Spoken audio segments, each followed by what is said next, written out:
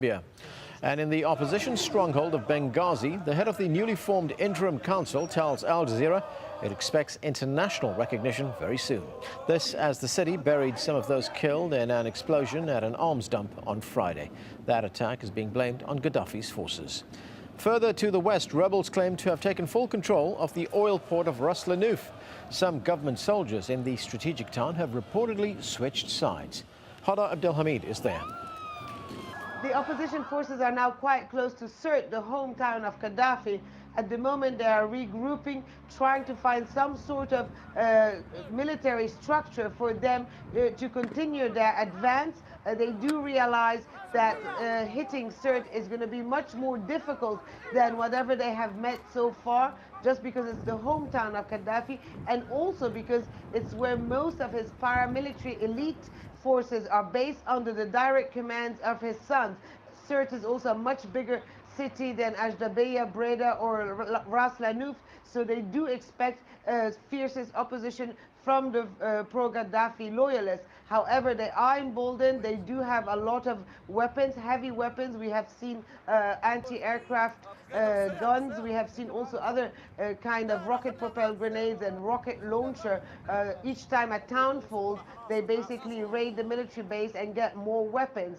Now they do say that this is the point of no return. They're going to Sirte, and after Sirte they say they're going to head to Tripoli, and inside Tripoli they want to head directly to AlJazeera, which is a location where we believe Muammar Gaddafi and his family are at the moment.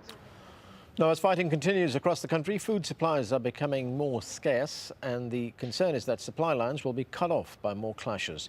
Jackie Rowland has more from AlJazeera.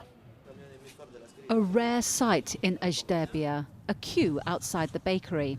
Buying bread has never been a problem before, but now if you want it, you have to wait for it.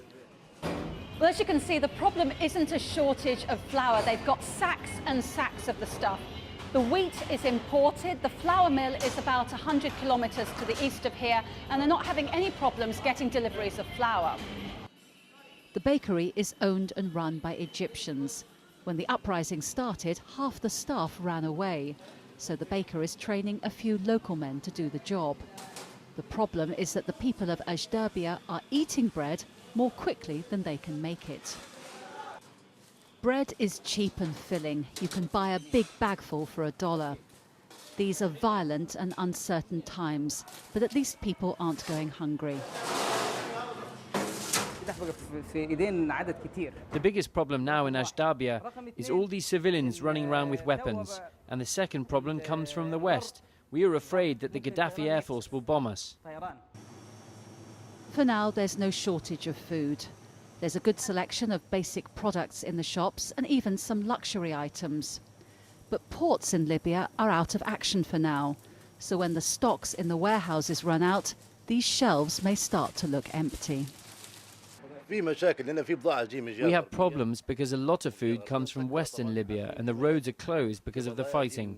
Other products come from the Arab souk in Benghazi, and that's closed as well. So you can find imported goods in the shops, but not local produce. Families can still put a meal on the table, but vegetables and other fresh produce are scarce. If the fighting gets closer to AlJazeera, the supply of food will inevitably be affected. Jackie Rowland, AlJazeera in eastern Libya. Now, many people fleeing the violence in North Africa have been arriving at various ports in the Mediterranean. 22 Tunisians have been found adrift in a sinking boat close to the Italian island of Lampedusa. Nearly 7,000 people have arrived there since January. Jim Spencer reports. These pictures were captured by a Tunisian man on his mobile phone. After 6 days, he finally makes it to European shores. He is just one of the nearly 7,000 people to arrive on Lampedusa in the past 2 months. I wasn't scared, it was fantastic. The journey on the open sea is dangerous. But we are very brave. We are very brave. Many are from Tunisia and Egypt, but many more are expected from Libya in the coming months, and they travel on whatever boats are available. On Saturday, the Italian Coast Guard rescued 22 Tunisians crowded onto a tiny fishing boat and about to sink. They'd made a distress call and were soon towed into Lampedusa port.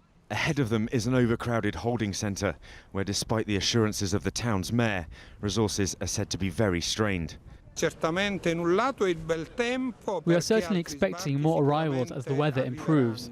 We're also aware that the summer high season is fast approaching, but I'm not too worried because the migrants are all now contained inside the holding centre, in that model structure, which I've many times described as a five-star hotel where all their needs are met. But many crossing the Mediterranean aren't so lucky. The wooden crosses in a cemetery nearby tell a tragic tale that's all too common. Just hours before the rescue here, a boat carrying 6 people sank off the coast of Sicily, and everyone on board died. And as the fighting continues in Libya, there's no doubt many more will risk their lives for an uncertain European future. Jim Spencer, AlJazeera. Egypt's Prime Minister Essam Sharaf has appointed a new interior minister. According to the Prime Minister's Facebook page, General Mansour El-Essawi, a former director of security, will take over the new cabinet position. The Prime Minister is also expected to appoint former judge Nabil El-Arabi as the new foreign minister. The new appointments come after angry protesters stormed state security buildings in Cairo and Alexandria on Saturday. They say the officials are trying to destroy sensitive documents. Ahmed Gamal is a pro-democracy activist who was at that state security building in the Nasser city suburb of Cairo. He told me what happened in the building. I seen a lot of shredded paper in one of the one of the parks. When I went up, there was I see a document about gathering intelligence about foreign students studying in some other institute. Also, I seen some videos. One video about illicit meeting between someone from a royal family in some Arab country with some Egyptian businessman. Another video having a ticket saying it's with some of it's called Fannana. It's like singer or an actress with some man. There was a lot of videotapes, a lot of cameras. I didn't see any prison cells, but there were 2 things I heard. One thing I heard is that there was no one there, and the other thing I heard is there were about 20 people, and they said when district attorneys came, they were accompanying them to search for other secret cells. The United Nations plans to send another 2,000 peacekeepers and 2 helicopters to Côte d'Ivoire due to escalating violence in that country. Now, this comes as the head of the African Union, Jean Ping, met the internationally recognized leader of the country, Alassane Ouattara, on Saturday. Ouattara, who has been under UN protection, said he would attend a meeting of AU leaders in Ethiopia next week. Mohamed Edo sent this update from Abidjan. The chairman of the African Union Commission, John Ping, is in the country to try and advance his organization's mediation efforts to try and break the political stalemate in Ivory Coast.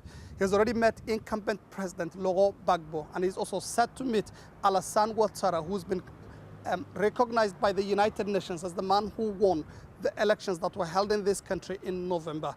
Though they have been going on for the past 3 months, the African Union mediation efforts in Ivory Coast have had